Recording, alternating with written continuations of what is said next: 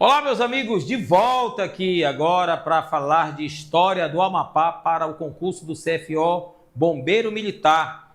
Você recebeu aí nosso material, são 2 materiais que você recebeu. Um eu vou trabalhar agora, que é um apanhado geral dos temas, certo? E tem uma apostila de 12 páginas que foi mandado para você, que aprofunda cada tema. Então, eu vou trabalhar aqui o resumo executivo para o concurso da FCC. Então, neste material aqui, nós vamos trabalhar desde a colonização da região até a formação cultural do estado do Amapá nos dias de hoje. Nós vamos falar de alguns marcos históricos decisivos para a construção da nossa história, como a cabanagem, seus reflexos aqui no atual Amapá, as disputas territoriais e internacionais e a criação do território federal do Amapá, tá certo? Bem, o primeiro ponto aqui, porque eu quero terminar dentro da aula, um tempinho já definido aqui para cada temática. O primeiro ponto foi a colonização da região amazônica, os primeiros exploradores e o estabelecimento português no atual Amapá.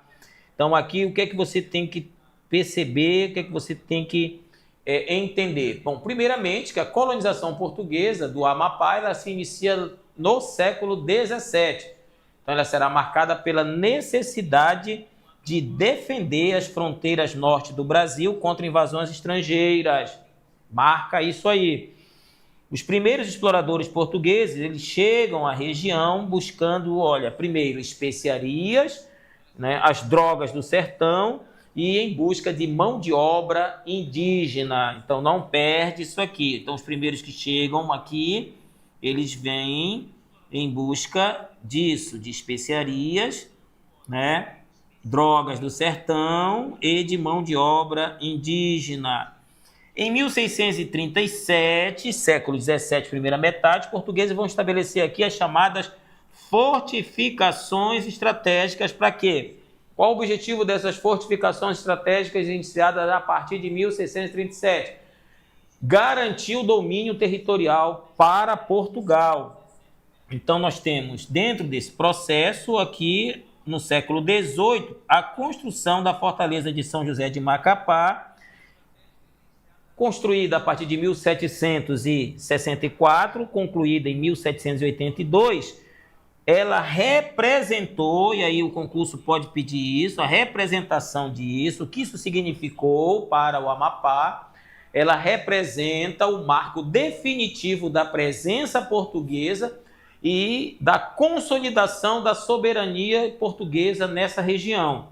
Então, quando caiu, e se cair uma questão sobre a fortaleza de São José de Macapá, tu vai focar na questão que vai falar sobre isso, tá certo? Então, é uma questão de marcar definitivamente a presença portuguesa e consolidar a soberania portuguesa nessa região, defendendo a entrada para o Vale Amazônico.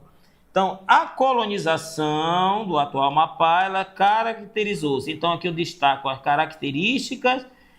Foi pelo sistema de missões religiosas, e a gente estudou isso aqui, especialmente a presença dos padres jesuítas, que vieram para cá catequizar populações indígenas através dos chamados aldeamentos. Olha aqui, dica, aldeamento, organização religiosa que tinha como objetivo a catequização dos povos indígenas para transformá-los em cristãos.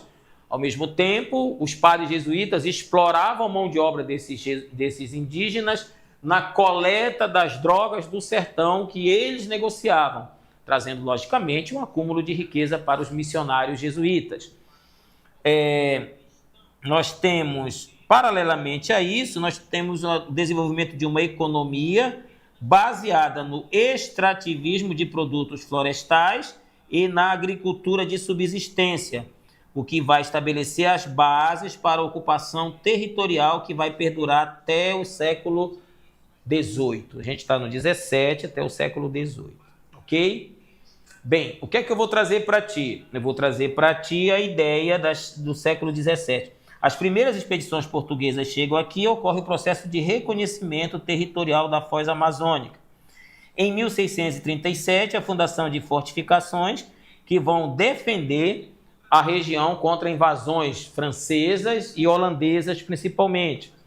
Entre 1764 e 1782, olha só, nós temos a construção da Fortaleza de São José de Macapá. A Fortaleza de São José de Macapá, segundo nós temos aqui a dica, ela é o símbolo da colonização, marco da presença portuguesa aqui, a consolidação do domínio português na região. Fortaleza de São José, de vez em quando cai por aí. O segundo conteúdo que pede na nossa prova, que vai vir aí no próximo domingo, são as disputas territoriais e os conflitos internacionais entre a França, a Inglaterra, né, e a questão do contestado franco-brasileiro. O Amapá, pessoal, ele foi palco de intensas disputas territoriais entre Portugal e França durante o século XVII até o século XIX. A região conhecida como contestado franco-brasileiro, compreendia 260 mil quilômetros entre o rio Oiapoque e o rio Araguari. Essa área era reivindicada pela França como extensão da Guiana Francesa. Olha, o contestado ele não vem até Macapá, tá? Ele vai até o rio Araguari ali em cima, 130 quilômetros daqui. Então, se os franceses tivessem ganhado a causa e anexado essa região, Macapá e Mazagão, por exemplo, estão fora do processo de ser anexado à Guiana Francesa, tá bom? Então, de onde era? Lá do Oiapoque até aqui o rio Araguari, essa era a região de disputas, uma região rica, inclusive. Onde está o início desse processo? 1713, Tratado de Utrecht. Guarda aí, Tratado de Utrecht, primeiro ponto. O que foi que o Tratado de Utrecht fez? Estabeleceu os limites imprecisos, gerando controvérsias territoriais. Por quê? Limites imprecisos, porque não ficou claro onde era o rio Oiapoque. Os franceses não aceitavam que é no atual Oiapoque que temos hoje. Eles diziam que ficava um pouco mais para o sul, onde hoje é o atual rio Araguari. Então, o Tratado de Utrecht, ele, como fez essa questão de indecisão, a região continuou sendo invadida pelos franceses, né? Havia muita mobilidade de várias pessoas ali pela região, negros fugidos das fazendas de Macapá, eles se escondiam ali na região do Araguari para lá, então é uma região que até hoje tem a presença de várias áreas quilombolas, porque vários quilombos se formataram ali. Era uma região de presença de aventureiros, de presença de fugitivos, de devedores, de soldados que desertavam. Enfim, né, era região assim muito conturbada. Aí eu chego em 1841, eu tenho então a neutralização dessa área pelo chamado acordo diplomático entre Brasil e França. Olha, 1841, eu estou na primeira metade do século XIX. Então, a partir de 1841, com o fracasso do Tratado de Utrecht, porque ele não resolveu o problema, Brasil e França decidem, então, por um acordo de que a região entre o Araguari e o Oiapoque é uma região neutra, sem a presença do governo brasileiro e sem a presença do governo francês. Aí, em 1895, nós temos a criação do arbitramento internacional presidido pela Suíça para resolver o litígio. E em 1900, o laudo suíço reconhece os direitos brasileiros e a fronteira definitiva ficou estabelecida no atual rio Oiapoque, anexando essa região para o Brasil finalmente. Então eu tenho de 1713 a 1900 todo o processo de litígio, todo o processo de disputa. O laudo suíço é de 1900, aí é laudo suíço, não esquece. Ele foi arbitrado pelo presidente Walter Haus, onde reconheceu os direitos brasileiros sobre essa região de disputa, estabeleceu o rio Oiapoque como fronteira. Este acontecimento, olha só, aí agora eu quero que você guarde isso. Dica de questão de prova. Esse acontecimento foi fundamental para a consolidação territorial do Brasil e vai motivar depois a criação do quê? do território federal do Amapá em 1943. Preste atenção no que esse texto está falando, ei! O acontecimento lá da anexação, ele vai abrir caminhos para a criação do território federal em 1943, nos dando uma certa autonomia, algo que era sonhado pelo triunvirato liderado por Cabralzinho, no contexto da disputa lá em 1895. Certo? Guarda isso. A criação do território federal do Amapá foi uma estratégia de ocupação e defesa dessa importante área fronteiriça, que é um dos princípios de criação dos territórios federais nas décadas de 40 ou na década de 40, foi dentro do contexto da Grande Guerra, a Segunda Grande Guerra, no processo de defesa de fronteiras no Brasil contra avanços, né, do inimigo, naquele momento estabelecido. E aí o território federal do Amapá é criado aqui no contexto de defesa de fronteira, de defesa territorial, um dos princípios da criação do território a partir da Constituição de 37. A vitória diplomática brasileira baseou-se na documentação histórica apresentada pelo Barão do Rio Branco. Ok? Esse é o segundo tópico. O terceiro tópico, o terceiro tema que está colocado no nosso conteúdo, né?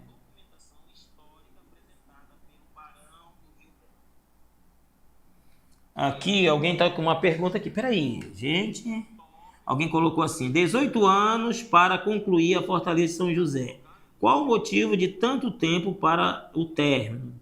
Né? Ou é razoavelmente em consideração à época? Bom, primeiramente foi falta de recursos, não é? A dificuldade também da chegada de alguns materiais aqui.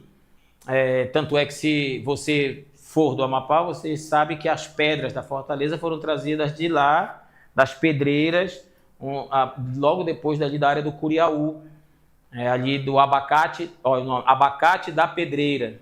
Então tinha uma pedreira ali onde eram transportadas as pedras que vão formatar a estrutura da Fortaleza.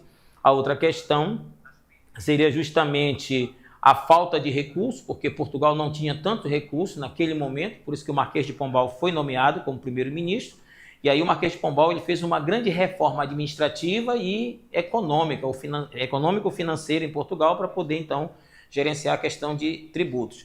Ele, inclusive, criou um imposto lá embaixo, lá na região das Minas Gerais, chamado de derrama. A derrama que foi um motivador da Inconfidência, lembra disso?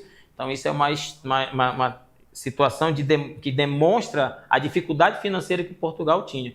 E o projeto era muito grande, ele não era um forte, ele não era um fortinho, ele não era só um baluarte. Ele era uma fortaleza, com 4 baluartes. Certo? Então, daí esse processo de demora, inclusive, ela é inaugurada sem ser concluída, porque se olhar a planta original, faltou muita coisa ainda da planta original na Fortaleza. Beleza? Vamos então ao terceiro ponto, que é o desenvolvimento econômico no Amapá no século XIX e no século XX. Então eu tenho 3 situações que marcam a economia. Presta atenção aí. Então eu tenho, no século XIX, a economia é extrativista, baseado na coleta de castanha, madeira, especiarias amazônicas. Então, no século XIX, o extrativismo, né, foi marca da economia amapaense. Então, a economia amapaense baseava-se na extração de recursos naturais, especialmente durante o chamado ciclo da borracha, entre 1880 e 1912. A região viveu um período de relativa prosperidade com a exploração de látex para mercados internacionais, o que atraiu imigrantes nordestinos, transformando a estrutura social local. Que eu tenho, além da borracha, destaca-se também a coleta de castanha do Pará, madeira nobre e outros produtos florestais. Esse modelo econômico, que é o modelo de economia extrativista, ele tem uma característica: mão de obra em regime de aviamento. Dica de questão: no século XIX, economia extrativista. Qual é a relação de trabalho? Aviamento. O aviamento que era um sistema de endividamento que mantinha os trabalhadores sempre dependendo dos patrões seringalhistas. Toda vez que ele ia para dentro da floresta, o patrão aviava para ele tudo que ele precisava para a exploração e aquilo que precisava para sustentar a família dele aqui. Ele trazia o produto de lá e toda vez que ele ia bater o valor com o dono do seringal, sempre estava devendo. Então isso foi um tipo de relação de trabalho que marcou a economia amapaense. E a gente está falando de Amapá, mas marcou a economia da Amazônia como um todo durante o ciclo da borracha. Sistema de aviamento. Aviamento, dica, endividamento. Liga aí, aviamento, endividamento. Sempre o seringueiro está dependendo e devendo para o seringalista. Aí eu vou para o século XX. O que foi que marcou o século XX? A mineração industrial. Então, a partir de 1940, nós temos a descoberta de jazidas minerais que transformou a nossa economia. A Serra do Navio vai ter reservas de manganês e se tornou fundamental na exploração pela Indústria Comércio de Minério S.A. a partir de 57, a ICOME. E aí se estabelece aqui o chamado Projeto ICOME, onde a mineração trouxe uma infraestrutura moderna, trazendo, por exemplo, uma estrada de ferro, um porto em Santana, está lá até hoje, o pessoal fica brigando se vai construir, se não vai. Nesse momento não interessa muito isso, nós temos a construção de um porto naquela época, né? E depois vão se descobrir alguns depósitos de ouro que vão manter uma relevância econômica até os dias de hoje, consolidando então a mineração como atividade estratégica para o desenvolvimento dessa região.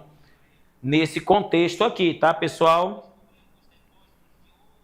Bem, o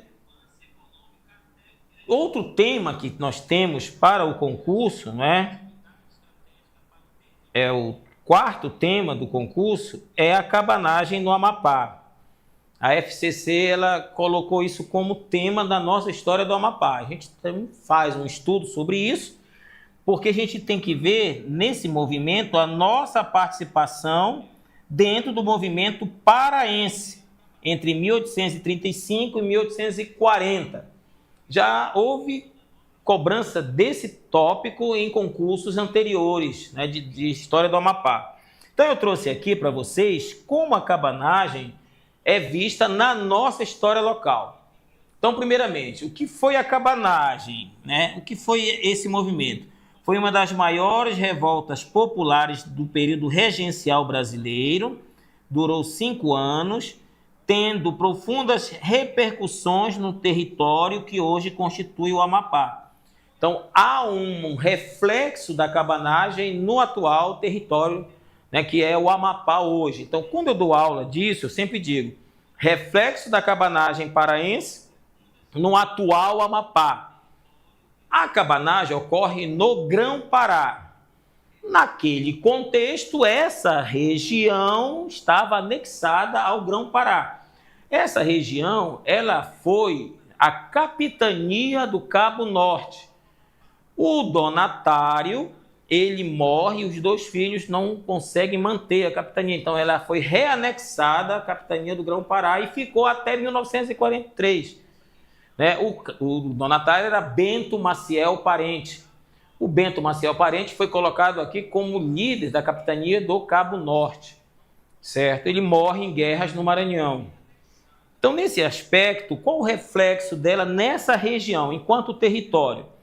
Então, esse movimento ele eclode na província do Grão-Pará, liderado por populações ribeirinhas chamadas de cabanos, composta por indígenas, negros, mestiços, brancos pobres, insatisfeitos com as condições socioeconômicas do Grão-Pará.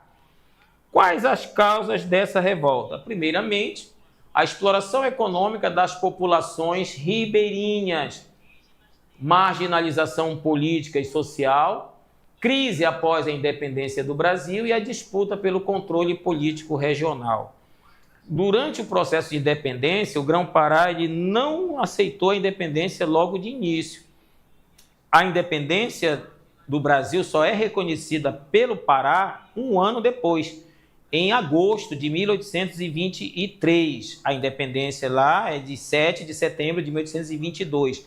Aqui continuam lutas de resistência até que é pacificada essa região e o Pará aderiu à independência em 1823, certo? Tanto é que existe esse dia que é lembrado, é comemorado pelos paraenses, o dia que o Pará aderiu à independência. Tá? Então eu tenho esses momentos que causaram essa revolta. Né? Então, diretamente, nós temos um processo de exclusão por parte dos paraenses do governo, do governo regencial, né? Está no período das regências. Então, uma falta de atenção, né? Não há uma política de apoio para essa parte aqui, a parte norte do Brasil. Isso leva a um conjunto de insatisfações. Trazendo para a nossa história do Amapá, o que é que eu trago aqui? Qual é a participação do Amapá na cabanagem, no movimento cabano? Então, primeiro, a nossa região serviu como área de refúgio e de reagrupamento dos revoltosos. Segundo, as populações locais aderiram ao movimento cabano. Terceiro, conflitos armados ocorreram na região de Macapá. E há uma resistência prolongada nas áreas remotas aqui. Olha só, então, temos uma participação importante no movimento cabano. Quais as consequências regionais da cabanagem? Primeiro, devastação demográfica e econômica. Então, tenho assim uma questão de uma mortalidade muito alta. Fortalecimento do controle imperial nessa área. Transformações na estrutura social e uma memória histórica de resistência popular. Olha só, uma memória histórica de resistência popular à opressão, à exploração, ao descaso, à falta de atendimento do governo central. Então, o Grão-Pará como um todo, e aí nesse momento o Amapá atual faz parte do território, não é? Então, nós temos esses reflexos na nossa história. E aí eu coloquei aqui para a gente dar uma olhada o seguinte. Deixa eu ver aqui. O Amapá atual faz parte do território, né? Então nós temos esses reflexos na nossa história. E aí eu coloquei aqui para a gente... Olha, alguém está pedindo uma questão. Eu resolvi uma questão, aliás, várias questões sobre esse aspecto. Tá certo? Eu resolvi uma questão sobre isso, né? A gente fez um quadro de questões dentro do contexto, tá? Mas aí, de repente, eu terminando, eu posso voltar a uma dessas questões que alguém está pedindo sobre o triunvirato, né? O massacre francês, né? Que justamente foi quando eu discuti somente sobre o heroísmo de Cabralzinho, beleza? Mas a gente pode voltar, de repente você perdeu a aula. No Amapá, a cabanagem manifestou-se com particular intensidade devido à presença de comunidades ribeirinhas também marginalizadas e a questão da proximidade com áreas de difícil acesso. Naquele tempo, a dificuldade de mobilidade era muito forte. A repressão imperial foi brutal. Isso aqui, quando você estuda a cabanagem e história do Brasil, né, você acompanha isso, resultando na morte de milhares de pessoas. Estima-se que cerca de 30% da população do Grão-Pará tenha perecido durante o conflito. O movimento deixou marcas profundas na memória coletiva regional, sendo considerado um importante capítulo da resistência popular na história da Amazônia. Certo? Na história da Amazônia. Então, sobre a questão da cabanagem, o que eu queria destacar é a participação do Amapá. Então, eu vou retomar aqui a participação do Amapá. Deixa eu ver meu tempo. Então, a região serve como área de refúgio, de reagrupamento dos revoltosos. As populações locais vão aderir ao movimento cabano por conta da exclusão também, por dificuldades de atendimento pelo governo central. Conflitos armados vão ocorrer na região de Macapá. E a resistência prolongada nas áreas remotas também trazem isso, ok? Bem, o outro tema que o nosso concurso pede, eu destaquei ele aqui, que é a criação do território federal do Amapá. O decreto-lei do presidente Getúlio Vargas, 5.812, de 13 de setembro de 1943, criou os territórios federais, entre eles o território federal do Amapá, em 1943. E aqui eu trago as razões geopolíticas da criação do território federal do Amapá. Então, a gente colocou um texto aqui, nesse resumão que eu estou fazendo para vocês, para a tua prova. Então, nós temos, em 13 de setembro de 1943, nasceu o amapaense. Eu sempre brinco, não é?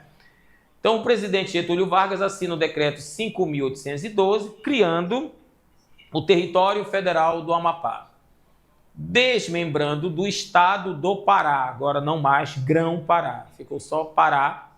E essa decisão, ela teve motivações essencialmente geopolíticas e estratégicas. Olha, essencialmente geopolíticas e estratégicas, inserida no contexto da Segunda Guerra Mundial e da política da chamada Marcha para o Oeste, que era uma estratégia do governo varguista, que está na terceira fase, segundo a história do Brasil, da República Brasileira, é a fase do Estado Novo, e nessa fase existe essa ideia de defesa estratégica em virtude da ameaça de invasão do inimigo, formado pelo eixo, o conflito da guerra, o grupo das democracias liberais contra o grupo do eixo, que eram as chamadas forças autoritárias nazi-fascistas. A criação do território, então, representou, e aqui eu tenho aqui uma dica de questão, a representação. O que representou a criação do território federal do Amapá? Representou uma estratégia de ocupação e defesa da fronteira do norte do Brasil, especialmente após a resolução do contestado franco-brasileiro. Olha só, o contestado influencia aqui, como eu coloquei na revisão lá em cima, agora há pouco, sobre o contestado. O presidente Vargas buscava, então, fortalecer a presença federal em áreas fronteiriças consideradas estratégicas para a segurança nacional. Logicamente, né, essa segurança nacional justifica a criação dos territórios federais. A doutrina ou a teoria da segurança nacional sustenta, inclusive, o golpe de Vargas em 1937 para o estabelecimento do Estado Novo, criando uma ditadura no Brasil, Estado novista. E o território federal do Amapá é criado nesse contexto.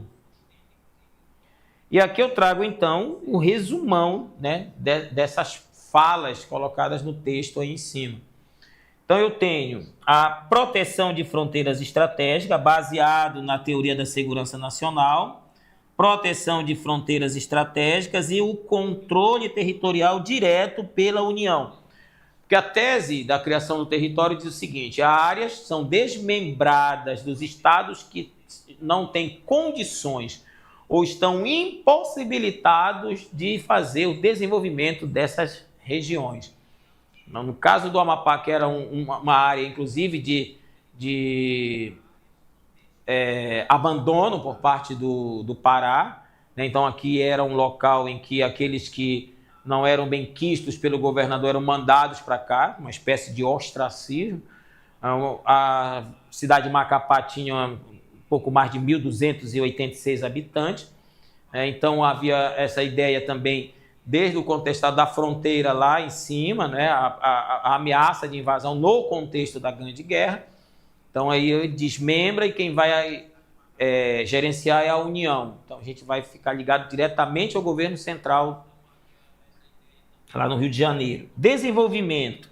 No aspecto de desenvolvimento, a promoção da ocupação econômica e da integração nacional da Amazônia. Na geopolítica, a afirmação da soberania brasileira na região historicamente disputada. Qual é a região? O contestado aqui. Na administração, a gestão é federal direta para implementar políticas desenvolvimentistas. Então, a teoria era desenvolver essa área incentivado pelo governo central. Então, a mudança aqui ia ser tremenda em todos os aspectos, certo? Em todos os aspectos. Então, o decreto estabeleceu Macapá como a capital do novo território, que passou a ser administrado diretamente pelo governo federal, através de governadores nomeados.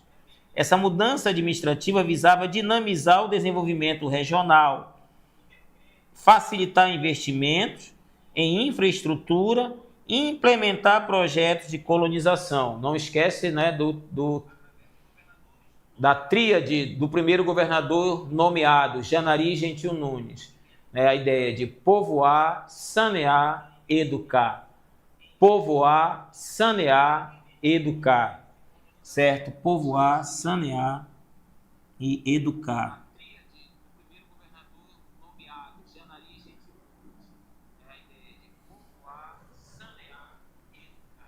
Tem uma pergunta ainda da cabanagem, né? Se o Amapá aderiu ou não. Gente, Macapá, Amapá, não existe Amapá no contexto da cabanagem. É o Grão-Pará. As populações que habitavam não eram atendidas pelo governo central, que é um ponto principal da insatisfação dos paraenses, certo? Então, de uma certa maneira, há essa participação aqui do movimento, que prometia melhorias das condições de vida do povo pobre, excluído, do povo cabano, certo? Ok? Aí ele disse que já ouviu o professor dizer que não. Bom, o professor que diz que não deve apresentar algum dado, algum indicador, algum livro. E quando apresenta livro é um pouco complicado, porque teoria se discute na universidade. A aula aqui não é para universitário, não é para quem está fazendo o curso de história. A aula aqui é para um candidato que vai marcar uma questão que é dentro do contexto de uma banca específica que é a FCC. Então a gente deve seguir a FCC e deve seguir um livro didático. Tá certo? O que é um livro didático? É aquele livro que ele é estudado dentro do ensino médio. É aquele livro que ele é estudado para concurso, certo? Então, o texto que eu estou colocando, segue ele, vai por mim, que é só sucesso, beleza? Aí, de repente, esse professor aí que falou isso deve fazer uma revisão na teoria, depois ele volta e desfaz. O que pode ser um pouco tarde, né? Porque a prova já é domingo, mas enfim, no próximo concurso. A criação do território federal do Amapá fazia parte de uma política mais ampla, que estabeleceu outros territórios federais na Amazônia, como o território de Roraima e Rondônia, consolidando assim o quê? A presença do Estado, da União, na região amazônica.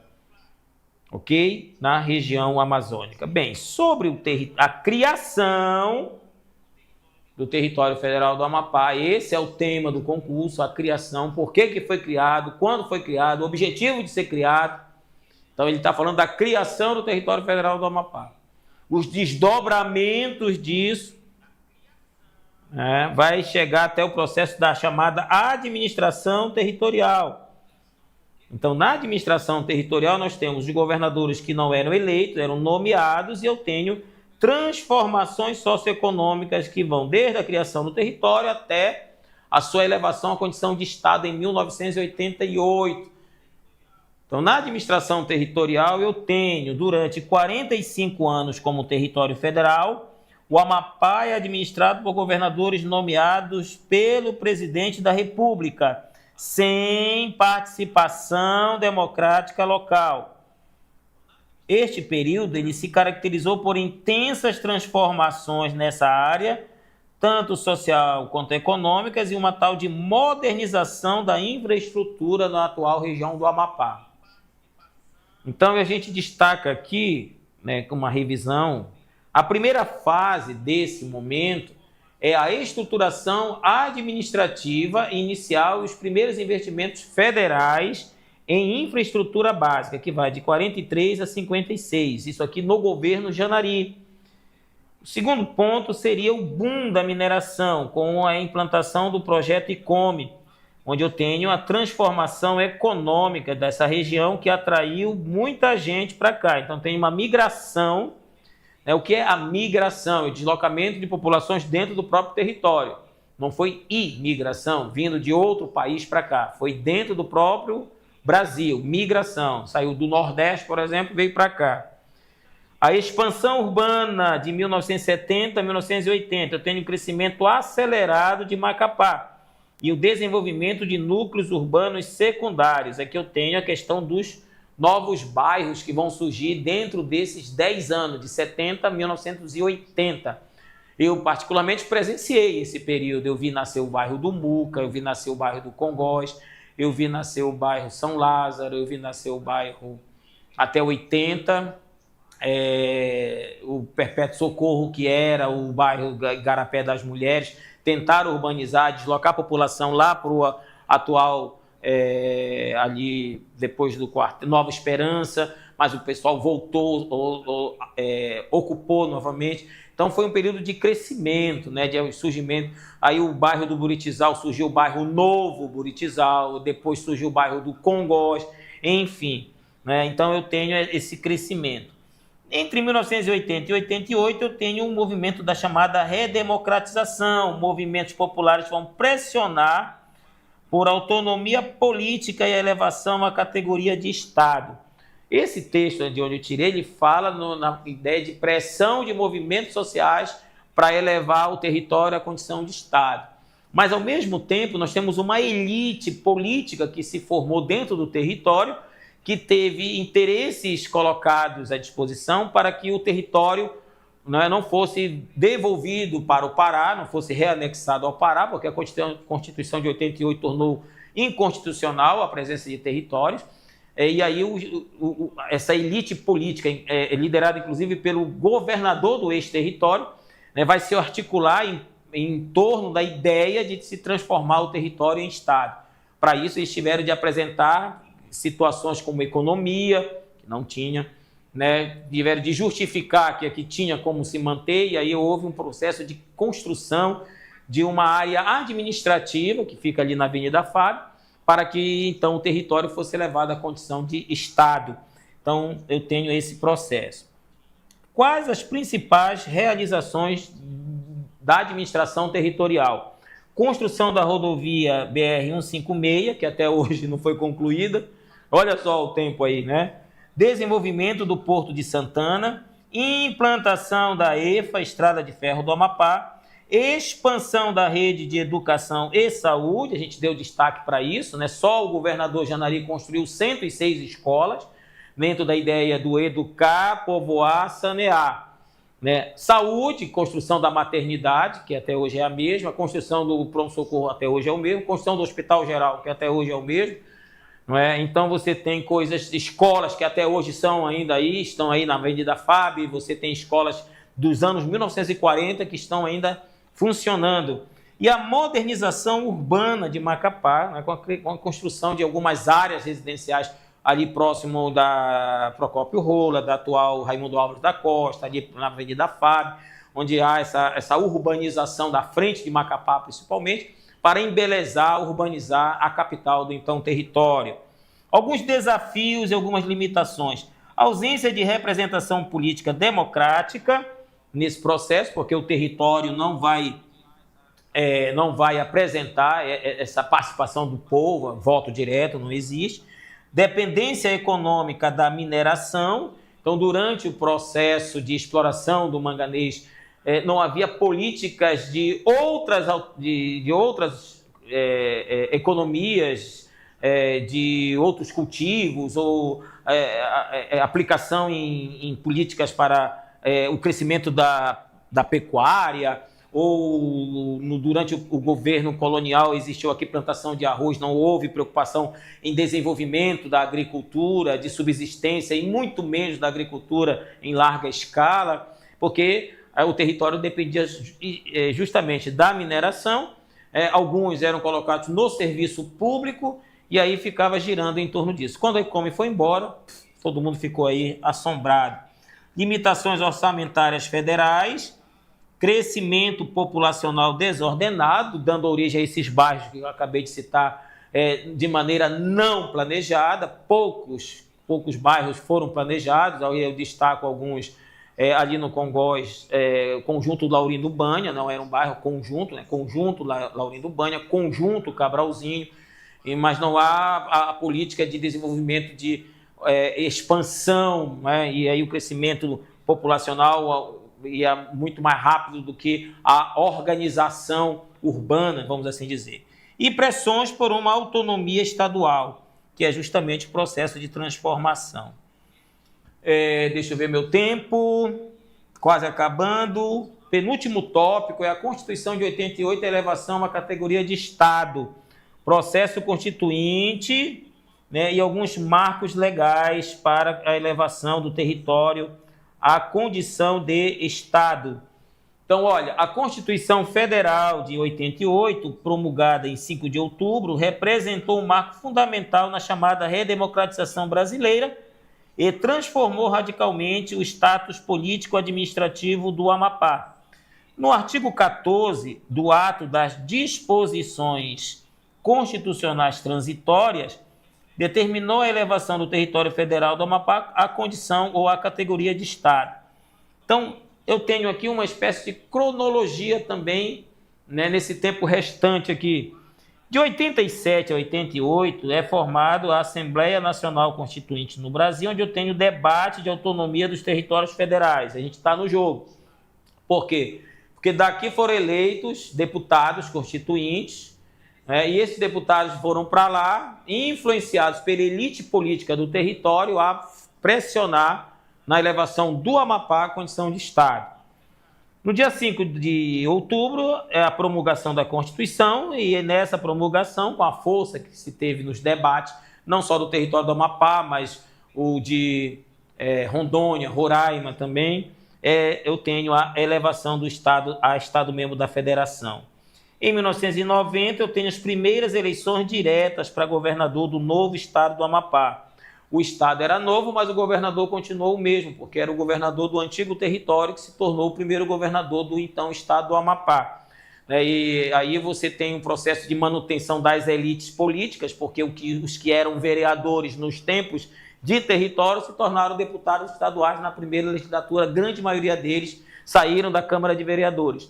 E aí quem está falando sou eu, é história. Se você for à Câmara de Vereadores e ver os vereadores que estavam lá no início dos anos 90, final dos anos 80, você bate uma foto e depois você vai na primeira legislatura na Assembleia Legislativa. São quase as mesmas caras.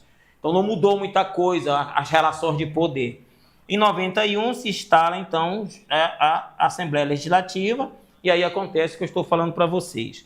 Ainda em 91, nós temos a promulgação da nossa Constituição Estadual. E aí eu tenho aqui algumas conquistas desse processo de estadualização do território. Então, a transformação em Estado trouxe conquistas políticas, ele só fala de conquista política, fundamentais para o Amapá.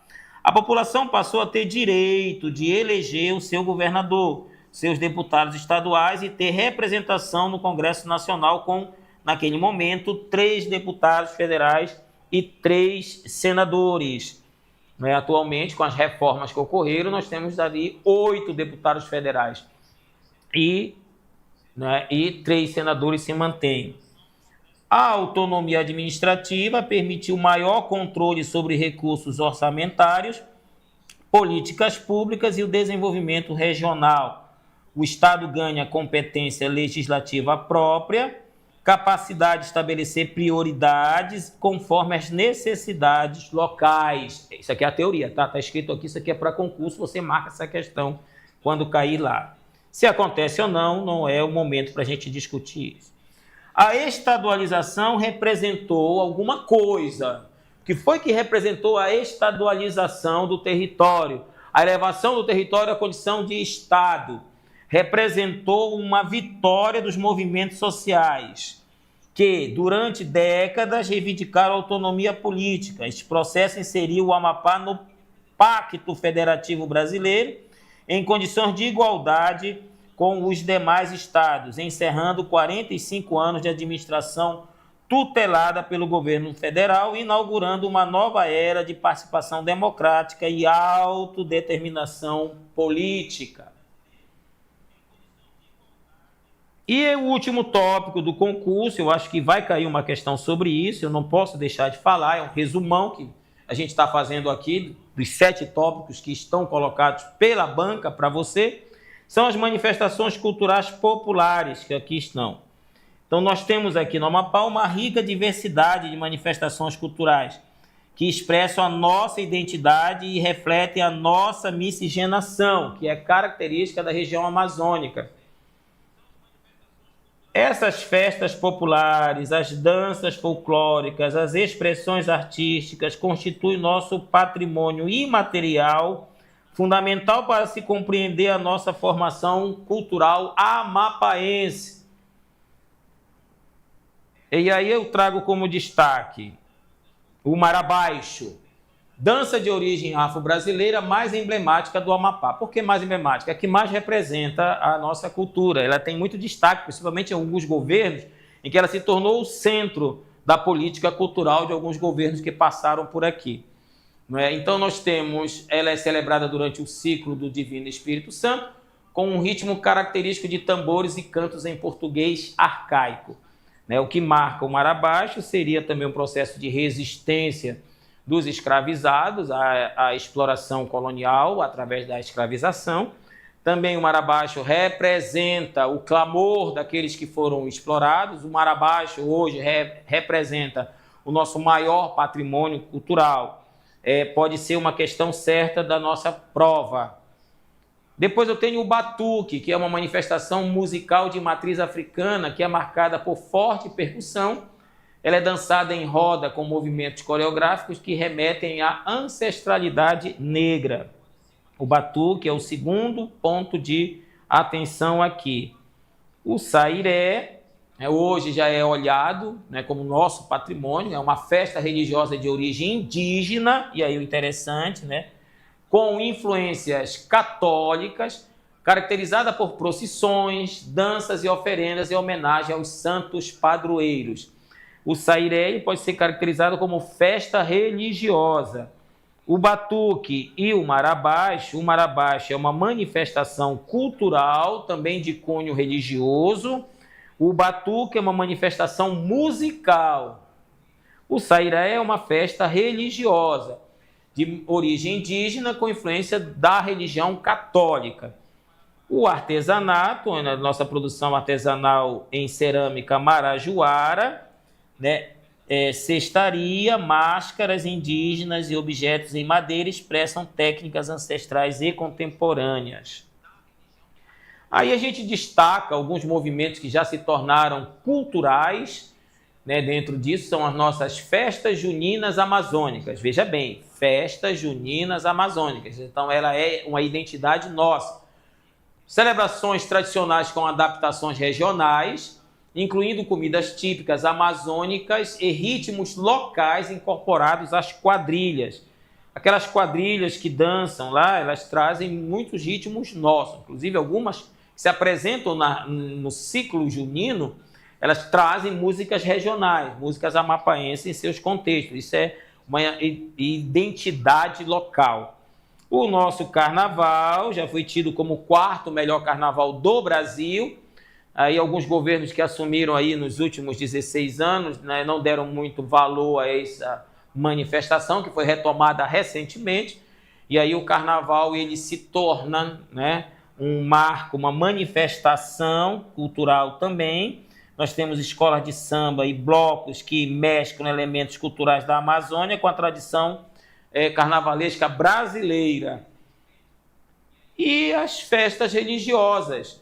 Então nós temos um destaque para o padroeiro do Amapá agora, e não é somente de Macapá, o padroeiro São José, o Ciro de São José, que já a partir de alguns anos é uma tradição já marcante nas manifestações religiosas amapaenses. Nós temos a festa do Divino Espírito Santo, que juntos mobilizam comunidades e preservam tradições centenárias da nossa cultura. E aí, o sincretismo cultural amapaense. Isso aqui não está no conteúdo da banca, mas eu trouxe porque vai ajudar você a identificar a nossa identidade local. a nossa cultura ela tem influência indígena, ela tem influência africana e europeia. Então é bom você identificar isso. Então eu trouxe aqui a construção da nossa identidade cultural, que eu uso de vez em quando nas minhas falas, nos meus vídeos, nas minhas aulas, em palestras, quando sou convidado a falar sobre cultura. Então eu trago sempre essa ideia de construção da cultura local, da cultura do amapaense. Quem é o amapaense? O que é que identifica o amapaense? Então a identidade cultural do Amapá resulta de um processo de sincretismo entre matrizes culturais, que é a indígena, africana e europeia. Esta fusão, que é o que quer dizer sincretismo, é fusão de duas matrizes que resulta uma outra matriz, né? Então, produziu manifestações únicas que caracterizam o povo amapaense, aqui puxando para o nosso povo, o que vai nos diferenciar de outros estados no contexto amazônico brasileiro. A matriz indígena, os conhecimentos tradicionais, as técnicas de pesca, a agricultura, a medicina natural, a relação harmônica com a natureza marcam a nossa identidade. Este sincretismo, que é a fusão, não esquece, sincretismo é fusão, né, de duas ou mais matrizes, que gera uma identidade cultural única e diversificada. E quais são as expressões de sincretismo? Na culinária, eu destaco o tacacá, pato no tucupi, peixes amazônicos preparados com técnicas indígenas, e aí eu junto temperos europeus e africanos que vão exemplificar essa fusão gastronômica. Na religiosidade, os santos católicos são sincretizados com entidades africanas e práticas xamânicas indígenas. Eles coexistem nas crenças populares, especialmente no Marabás e na festa do divino. A ideia dessas matrizes fazerem parte da nossa vida. Você anda com um crucifixo no peito, mas também coloca uma fitazinha de defesa, de proteção, coloca uma folha de arruda aqui. Quantos não vão fazer a prova e não vão colocar uma folha, né, de um trevo de 4 folhas dentro da portila, sei lá como você está fazendo. Você ora de um lado e depois toma banho de outro. Você reza de um lado e depois faz uma oração de descarrego em outro lugar. Isso é a beleza da nossa identidade, da nossa religiosidade, tá bom? E a questão da linguagem, o nosso vocabulário local incorpora termos indígenas, tupinambá, uaque, africanismos, né, o português colonial criando um dialeto característico nosso. Patrimônio cultural, aliás, aqui, matriz africana.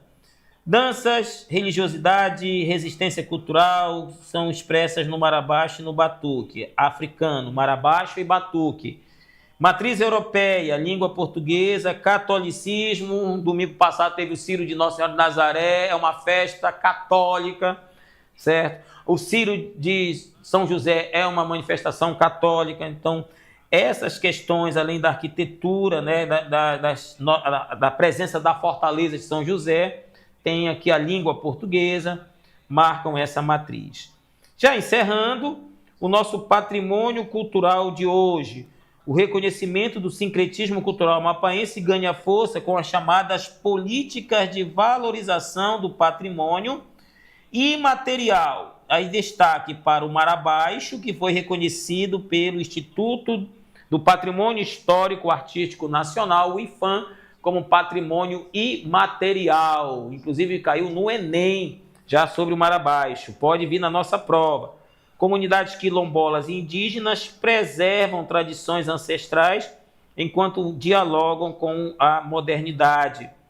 Este processo dinâmico mantém viva a diversidade cultural que define a identidade do Amapá, demonstrando que o sincretismo é fenômeno histórico contínuo e não estático, ou seja, nossa cultura está em constante transformação, certo? E aí, encerrando o nosso encontro, nosso resumão, né? Qual a importância disso, né, da história do Amapá para os concursos? A FCC frequentemente questiona sobre manifestações culturais específicas do Amapá, especialmente Marabaixo e Batuque, hein?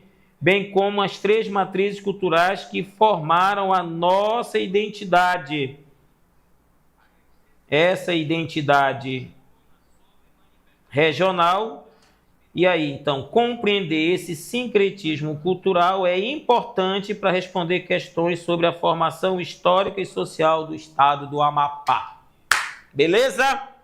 Olha, nesse encerramento, já estou passando do horário, infelizmente, né? O professor já está aqui, a equipe já está me chamando, mas eu não poderia deixar, como é o nosso último encontro, para você que vai fazer o CFO Bombeiro Militar, né? Você que vai fazer a prova domingo, te desejo uma boa prova, né? Você pega atenção nesse resumão que eu trouxe sobre história do Amapá, esses pontos que são cobrados pela FCC, né? Vá com fé, leia a questão antes de responder, lembre-se ou tente se lembrar daquilo que você viu e ouviu aqui pelo meu desafio EAD, e eu te desejo sucesso, eu te desejo uma boa prova, eu desejo que o Deus que você acredita, eu acredito em um Deus chamado Jesus, o Nazareno, que pode iluminar o seu caminho, te proteger e fazer com que você tenha tranquilidade, que você trabalhe daqui até domingo a sua saúde mental, o seu equilíbrio emocional, para que você vá pronto para essa prova, não só no aspecto de conhecimento de conteúdo,